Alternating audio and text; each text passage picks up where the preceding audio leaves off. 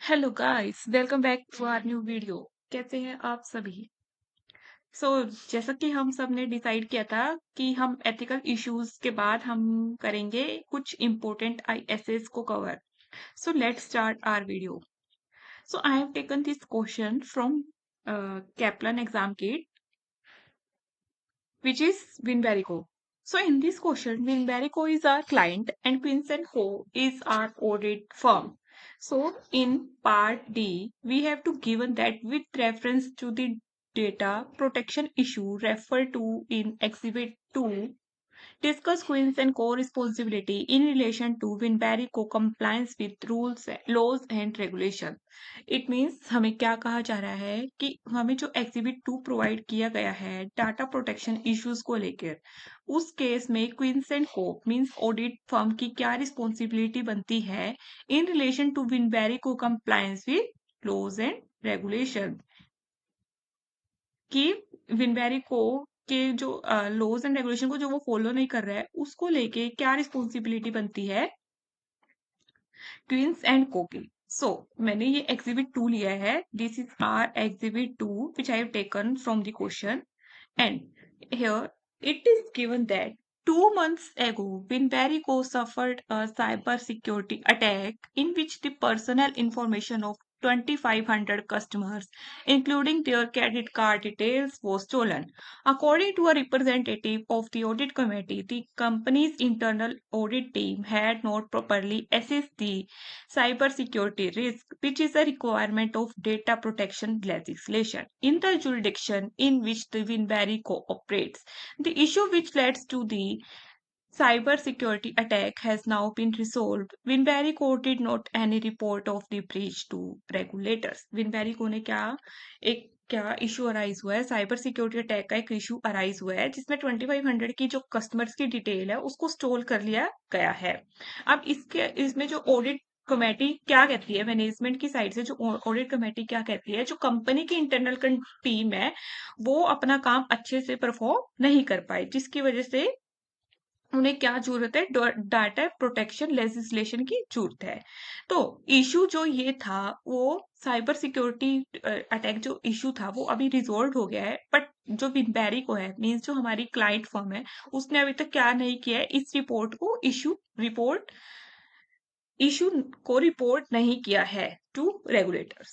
इस केस में हमें जो लॉज एंड रेगुलेशंस को लेके कहा गया है इसमें हम कौन सा आईएसए फॉलो करते हैं, इसके लिए हमें जो आईएसए दिया गया है वो है ISA 250। ISA 250 auditor responsibility in relation to an audit client compliance with laws and regulation. हमें क्वेश्चन में क्या कहा गया है कि विनबेरी को ने जो लॉज एंड रेगुलेशंस को फॉलो नहीं किया है उसको लेके क्वींस एंड को की रिस्पॉन्सिबिलिटी क्या बनती है। एंड आईएसए 250 भी क्या कह रहा है, ऑडिटर की क्या रिस्पॉन्सिबिलिटी बनती है अगर कोई ऑडिट क्लाइंट क्या नहीं करता है, कंप्लायंस नहीं करता है लॉज एंड रेगुलेशंस को लेके। आईएसए 250 क्या कहता है, पहले हम इसको मोटा मोटा हिंदी में जानते हैं कि आईएसए 250 क्या कहता है। आईएसए 250 क्या कहता है कि लॉज एंड रेगुलेशन, हालांकि ये जो ड्यूटी है कि लॉज एंड रेगुलेशन किसी भी कंपनी में है, जो फाइनेंशियल स्टेटमेंट को प्रिपेयर करते हुए ये एक क्लाइंट की रिस्पॉन्सिबिलिटी बनती है, मैनेजमेंट की रिस्पॉन्सिबिलिटी बनती है कि वो इंश्योर करे जो भी उसके ऑपरेशन हो रहे हैं वो लॉज एंड रेगुलेशन को फॉलो करते हुए। बट ऑडिटर किसके लिए रिस्पॉन्सिबल है कि वो एफिशिएंट ऑडिट प्रोसीजर्स को या फिर ऑडिट एविडेंस को कलेक्ट करे, कि ये देखने के लिए कि जो कंपनी है, जो उसका क्लाइंट है, वो कंप्लायंस कर रहा है वो लॉज एंड रेगुलेशन से या नहीं कर रहा।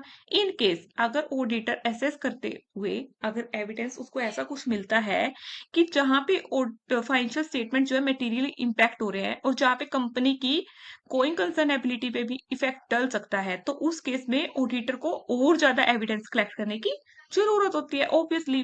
अब अगर मैं बात करूं इस केस में विनबेरी वाले को केस में क्या हो रहा है, अब हम इसको जानते हैं। विनबेरी को appears to be breach in the relevant laws and regulations relating to the protection of customer data.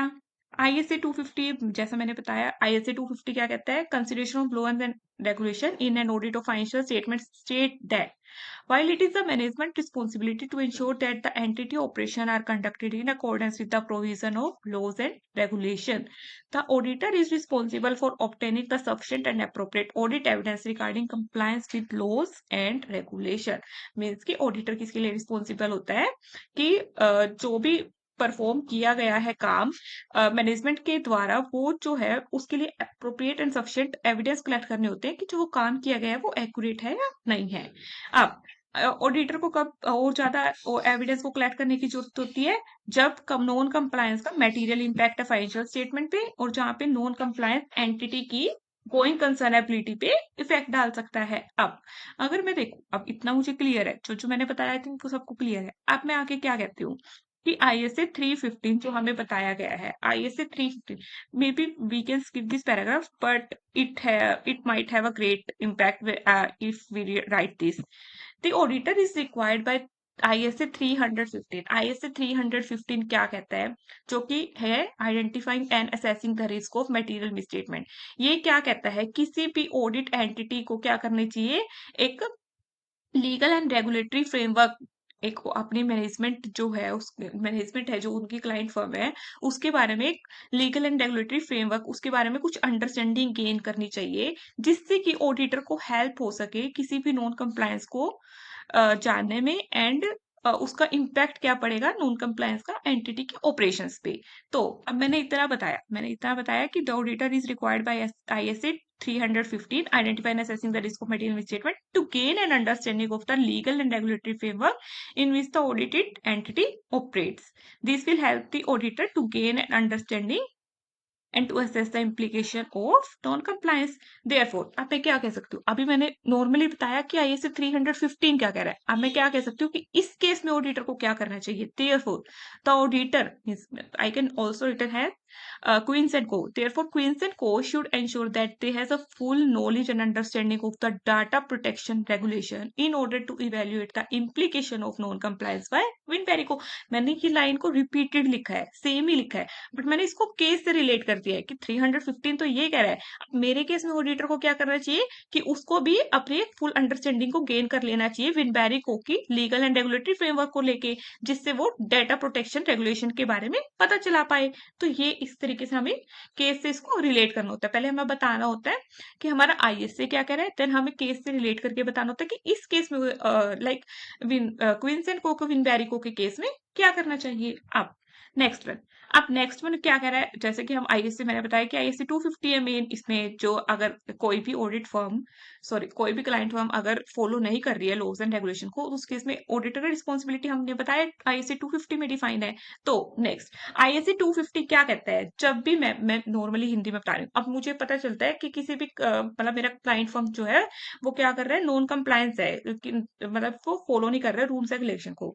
तो ISA 250 क्या कहता है? जब भी कोई नॉन कंप्लायंस आइडेंटिफाई होता है, तो उस केस में ऑडिटर को क्या अंडरस्टैंडिंग ऑब्टेन करनी होती है, किस नेचर उसका क्या है, एंड उसका किस सर्कमस्टांस में वो अकर्ड हुआ है, और उसके बारे में फर्दर इंफॉर्मेशन ऑब्टेन करनी होती है कि उसका फाइनेंशियल स्टेटमेंट पे क्या इम्पैक्ट पड़ेगा। वही हम इसको 315 से भी वो कर सकते हैं, इसको रिलेट कर सकते हैं। 315 भी हमें यही कह रहा था कि हमें गेन करनी होती है लीगल एंड रेगुलेटरी फ्रेमवर्क के बारे में, और उसका इम्पैक्ट क्या है। सेम इस तरीके से ISA 250 क्या कह रहा है, जब भी कोई नॉन कंप्लायंस अब हमें मिल गया है, तो उस केस में ऑडिटर की क्या रिस्पॉन्सिबिलिटी होती है? ऑडिटर को जानना होता है कि उसका नेचर क्या है और उसकी सर्कमस्टांसिस में वो कर हुआ है, और ज्यादा इंफॉर्मेशन कलेक्ट करने की जरूरत होती है उसका कि उसको फाइनेंशियल स्टेटमेंट पे क्या इम्पैक्ट आ रहा है। अब ISA 250 requires when the non-compliance is identified and is suspected, the auditor shall obtain an understanding of the nature of the act and the circumstances in which it has occurred, and the further information to evaluate the possible effect on the financial statement.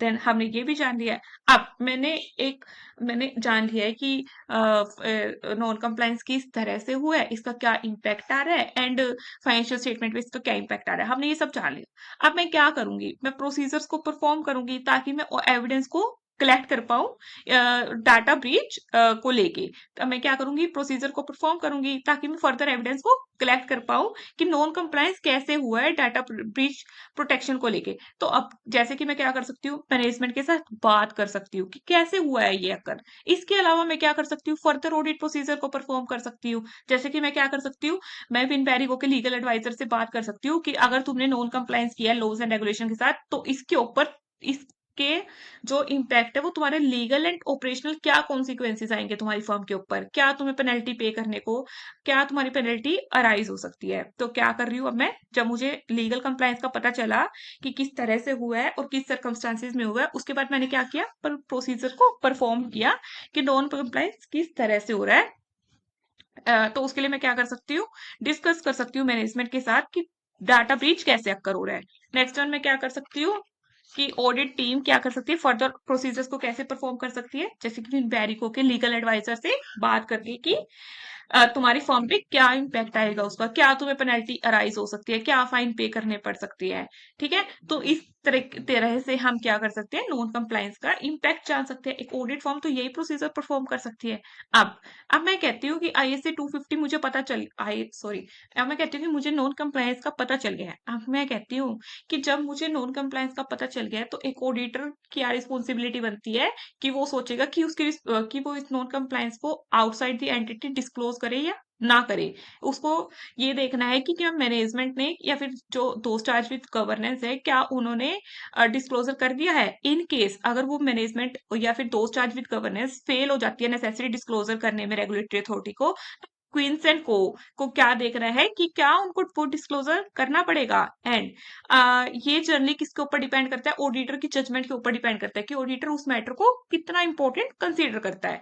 अगर अभी जैसे हमें win बैरिको के case में हमें क्या पता चला, See, the issue which has been led to cyber security attack has now been resolved. Finbarico did not make any report to breach to regulator.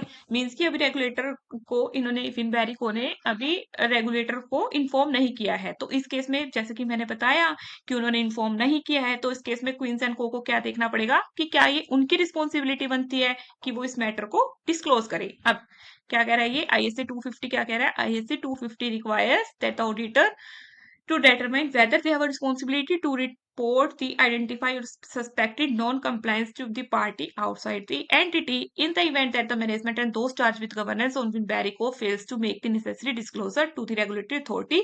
Queens and Co should consider whether they have the responsibility to make any disclosure. This will depend on the matter, including where there is a legal duty to disclose or where it is considered to be the public interest to do so, as we have seen earlier that when Barrico has not been yet notified the regulator, Queens and Co should initially encourage the director to report the issue themselves. Queens and Co को क्या करना चाहिए कि उनको director या फिर management को पहले एनकरेज करना चाहिए कि वो खुद ही मैटर को क्या करें, डिस्क्लोज करें। अदरवाइज अगर वो नहीं करते हैं, देन ऑडिटर को देखना चाहिए कि वो उसे मैटर ये डिस्क्लोज करना चाहिए या नहीं। ठीक है, अब ये भी ऑडिटर ने फर्दर एक रिस्पॉन्सिबिलिटी को परफॉर्म किया। अब नेक्स्ट ऑडिटर की क्या रिस्पॉन्सिबिलिटी बनती है, हमारा जो लॉ है वो क्या कहता है कि एक ऑडिटर की फंडामेंटल प्रिंसिपल क्या होता है कि वो कॉन्फिडेंशियलिटी को मेंटेन करके रखेगा। लेकिन अगर मैं डिस्क्लोज कर रही हूँ किसी भी मैटर को, तो उस केस में क्या होएगा, ऑडिटर की कॉन्फिडेंशियलिटी इश्यू पे इफेक्ट पड़ेगा। तो जो प्रिंसिपल को वोयलेट कर रहा है, तो उस केस में क्या करना चाहिए, ऑडिटर की क्या रिस्पॉन्सिबिलिटी बनती है कि उसको एक लीगल एडवाइस ले लेनी चाहिए before disclosing the matter to outside the third party. तो also the auditor should comply with the fundamental principle of confidentiality, and if the disclosure were to be made by the auditor, then it would be advisable to seek the legal advice on the matter. अब अगर मैं कहती हूँ कि किसी कोई एक exceptional case ऐसा हो रहा है जहां पे ऑडिटर को लगता है कि जो लॉज एंड रेगुलेशन को ब्रीच किया गया है वो इतना ज्यादा इफेक्ट कर सकता है फाइनेंशियल स्टेटमेंट को कि उसको डिस्क्लोज करना बहुत ज्यादा जरूरी है अभी भी, तो उस केस में जो ऑडिटर है क्या कर सकता है, अपनी जजमेंट के अकॉर्डिंग उसको क्या कर सकता है, मैटर को डिस्क्लोज कर सकता है बिना किसी लीगल एडवाइस को लिए। तो हमने ऑडिटर की फर्दर क्या रिस्पॉन्सिबिलिटी बनी कि ऑडिटर को अगर लगता है कि इसका अगर जो है सिग्निफिकेंट इम्पैक्ट आ रहा है मेरे फाइनेंशियल स्टेटमेंट पे, तो उस केस में वो बिना परमिशन के भी क्या कर सकता है, डिस्क्लोज कर सकता है मैटर को बिना किसी लीगल एडवाइस के और अपनी ऑडिटर की जजमेंट के के बेस पे। So in exceptional circumstances where the auditor believes that there is an imminent breach of a laws and regulation, they may need to disclose the matter immediately to an appropriate authority. The decision to disclose will always be a matter of auditor judgment, and where the disclosure is made in the good faith, it will not constitute a breach of duty of confidentiality. हाँ, कि अगर auditor के judgement के base पे वो matter इतना significant था कि वो जरूरी था उसको डिस्क्लोज करना, फिर ऑडिटर बिना किसी उसके परमिशन के भी क्या कर सकता है, उस मैटर को डिस्क्लोज कर सकता है।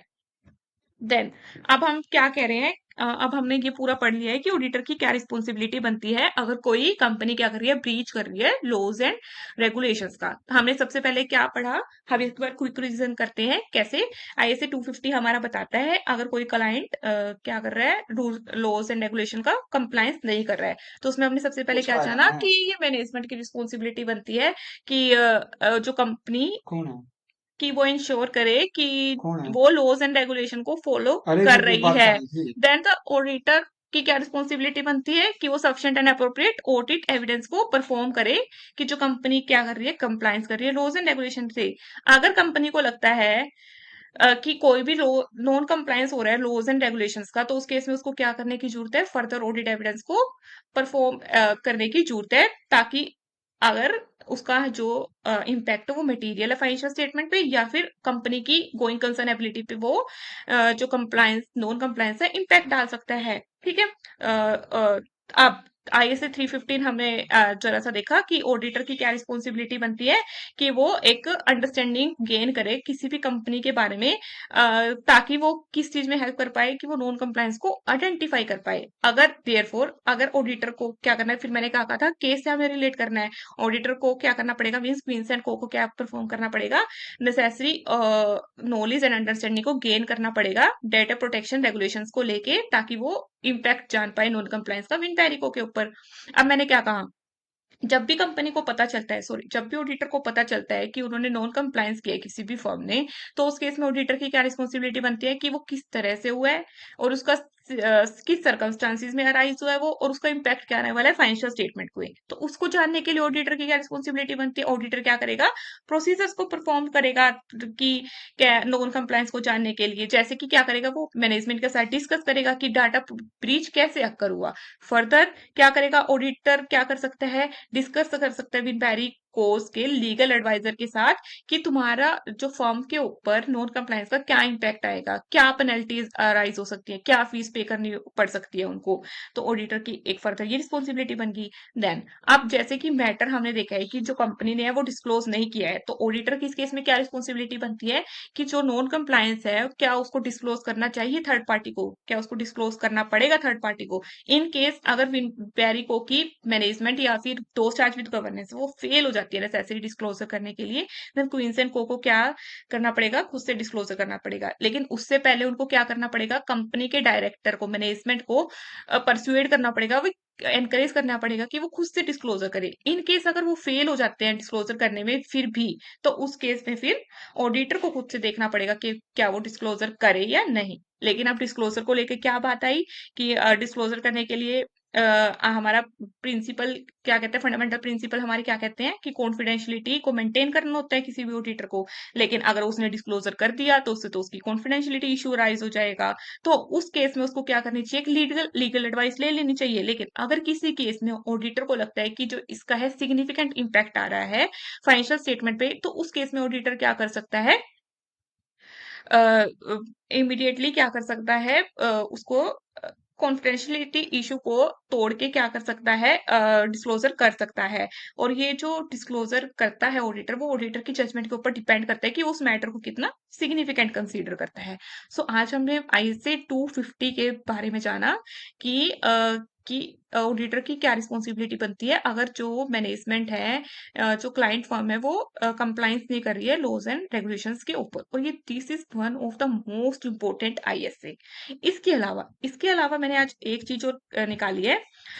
अ, हमें कई बार कहा जाता है कि लाइक मैं अगर कोई फर्म एक्वायर कर रही हूँ जो कि एक एंटिटी एक्वायर कर रही हूँ जो कि आउटसाइड दी कंट्री है हमारी, मतलब कि मैं फॉरेन कंट्री में अपनी एक कंपनी को एक्वायर कर रही हूँ, एक अनदर कंपनी को एक्वायर कर रही हूँ। तो उस केस में क्या हो सकता है कि कई बार हमारी फर्म इतनी वो नहीं होती, अब हमारी ऑडिट फर्म इतनी कैपेबल नहीं है कि वो वहां पे जाके ऑडिट को परफॉर्म कर सके, तो वो कई बार जॉइंट ऑडिट का ऑप्शन अपनाते हैं। तो जॉइंट ऑडिट के केस में अब क्या हो सकता है, कहीं उसकी डिसएडवांटेज होती है, कहीं उसकी एडवांटेज होती है। तो हमें अब क्या देखना है कि हमसे क्वेश्चन पूछा जा सकता है कि जॉइंट ऑडिट को परफॉर्म करने के लिए क्या एडवांटेज और डिसएडवांटेज अराइज हो सकती हैं। जैसे कि मैंने एक क्वेश्चन निकाला है, रिक ग्रुप, मैंने रिक ग्रुप से लिया है, ये कैप्लन एग्जाम किट से रिक ग्रुप से मैंने ये क्वेश्चन लिया है। Using exhibit 5 discuss whether it is appropriate for a joint audit to be performed on मिचर्न को, commenting on the advantage and disadvantage of a joint audit arrangement. इसमें हमें क्या कहा गया है कि आपको एग्जिबिट 5 से देख के क्या डिस्कस करना है कि जॉइंट ऑडिट और मिचन को, मीन्स की कोई एंटिटी एक्वायर की होगी इन्होंने मिचन को, मिचन को लेकर क्या जॉइंट ऑडिट परफॉर्म सही करनी सही है या नहीं है, कमेंट करना है हमें उसके एडवांटेज एंड डिसएडवांटेज को लेके। सो हम देखते हैं एग्जिबिट 5 क्या कह रहा है हमारा। एग्जिबिट 5 क्या कह रहा है, the Rick group is planning to the acquisition of a new foreign subsidiary मिचेन को। रिक्रूप क्या है, हमारा क्लाइंट है, मतलब ये किसको एक्वायर करने की सोच रहे हैं, मिचेन को, विच इज लोकेटेड इन फारलैंड, फारलैंड में जो लोकेटेड है।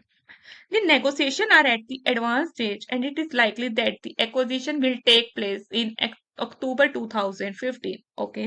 The group audit committee has suggested that if the acquisition go ahead, due to the distinct location of the company and the fact that the Atlanta and Co, जो कि हमारी audit firm है, has no offices in Farland, a joint audit could be performed with Mitchell Co current auditor. Okay.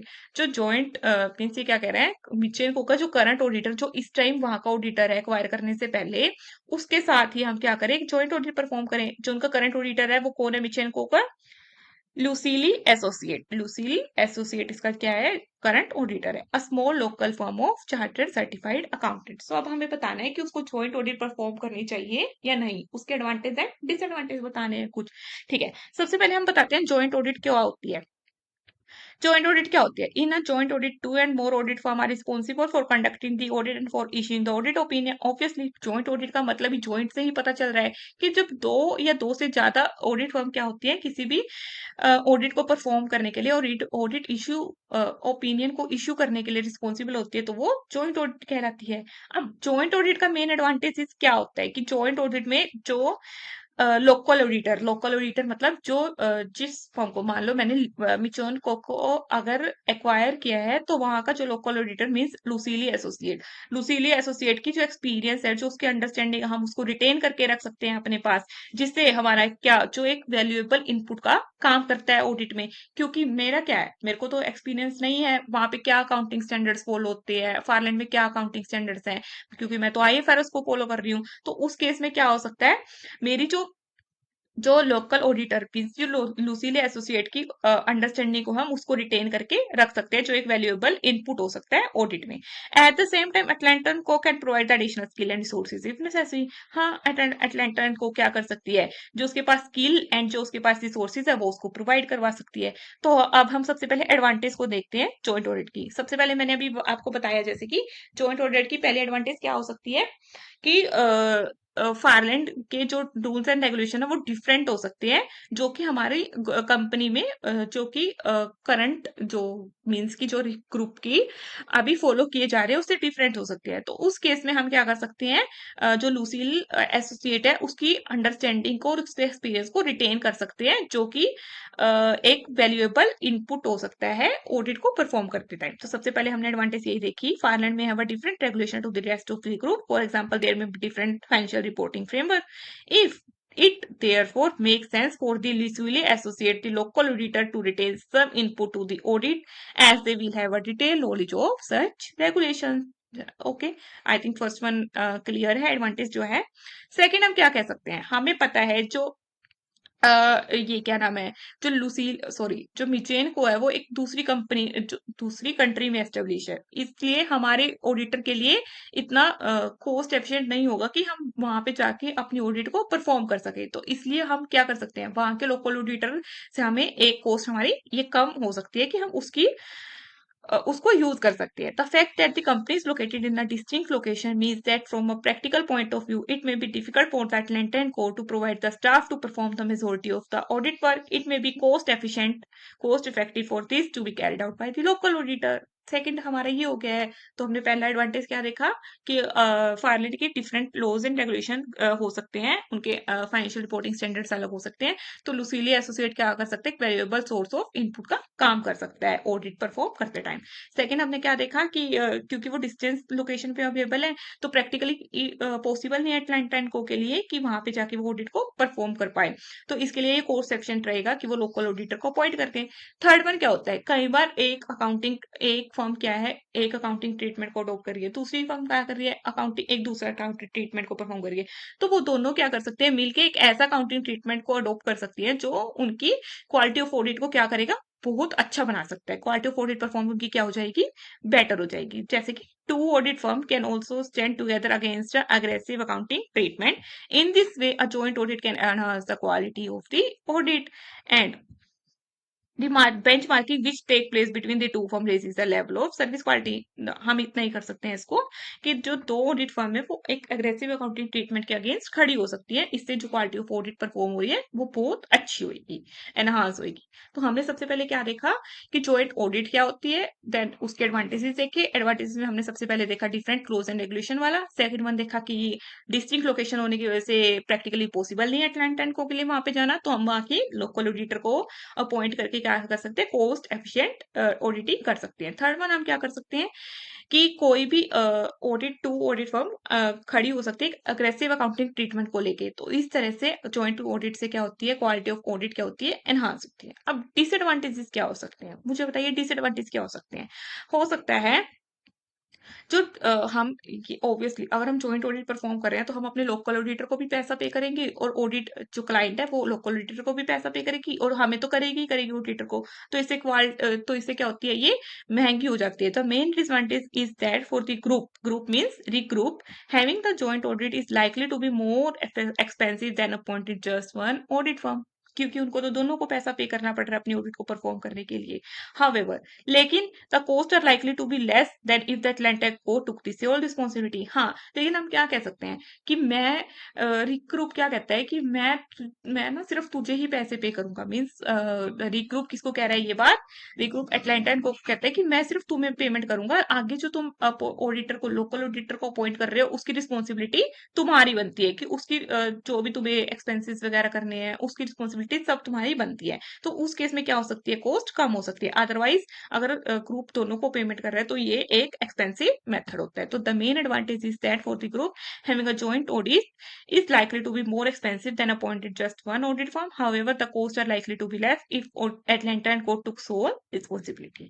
Next one हमारा क्या हो सकता है कि अब मैं तो क्या कर रही हूँ, मैं तो यहाँ पे बैठी हूँ, मैं अपनी देश में बैठी हूँ। अब दूसरा लोकल ऑडिटर मेरा वहां पे फारलैंड में बैठा है। अब मेरे को ये ऑडिटर के लिए क्या डिफिकल्टी अराइज हो सकती है कि वो उसको रूल्स जो वो ड्यूटी असाइन कर रहा है, जो भी वो रोल असाइन कर रहा है, तो उसको असाइन करने में उसको डिफिकल्टी अराइज हो सकती है। कैसे हो सकती है, for the audit firm there में be a problem in deciding on responsibility allocating work and they will need to be work closely together to ensure that no duties goes under perform and this will impact the quality of the audit perform. Obviously उसको साथ साथ मिलके काम करना पड़ेगा, कोई भी काम नहीं हो रहा है तो उसको उससे बात करनी पड़ेगी। तो ये ऑडिटर के लिए एक मुश्किल डिफिकल्ट टास्क हो जाता है। तो इसकी वजह से क्वालिटी ऑफ ऑडिट क्या हो रही है, हमारी इम्पैक्ट हो रही है। थर्ड वन क्या हो सकता है, जैसे कि हमने इसका एडवांटेज देखा कि बहुत सारे मैटर ऐसे होते हैं जहां पे वो एक अकाउंटिंग ट्रीटमेंट के अगेंस्ट खड़े हो जाते हैं कि उनको सही लगता है कि दोनों को मिलके एक अकाउंटिंग ट्रीटमेंट सही हो सकता है। लेकिन काफी केस क्या हो सकते हैं कि एक ऑडिटर को लग रहा है, मींस लूसीली एसोसिएट को लग रहा है कि इसका ये अकाउंटिंग ट्रीटमेंट होना चाहिए, लेकिन Atlanta and Co को लग रहा है कि इसका ये अकाउंटिंग ट्रीटमेंट होना चाहिए। तो उस केस में क्या हो गया, उनके व्यूज डिफर हो गए। तो उसको लेके उनमें क्या हो सकता है, एक कंफ्लिक्ट अराइज हो सकता है। तो there is the risk that two firm will not agree on a range of matter, for example, audit methodology, resource needed, and review procedure, which will make the working relationship difficult to manage। उनका जो relationship है वो खराब हो सकता है।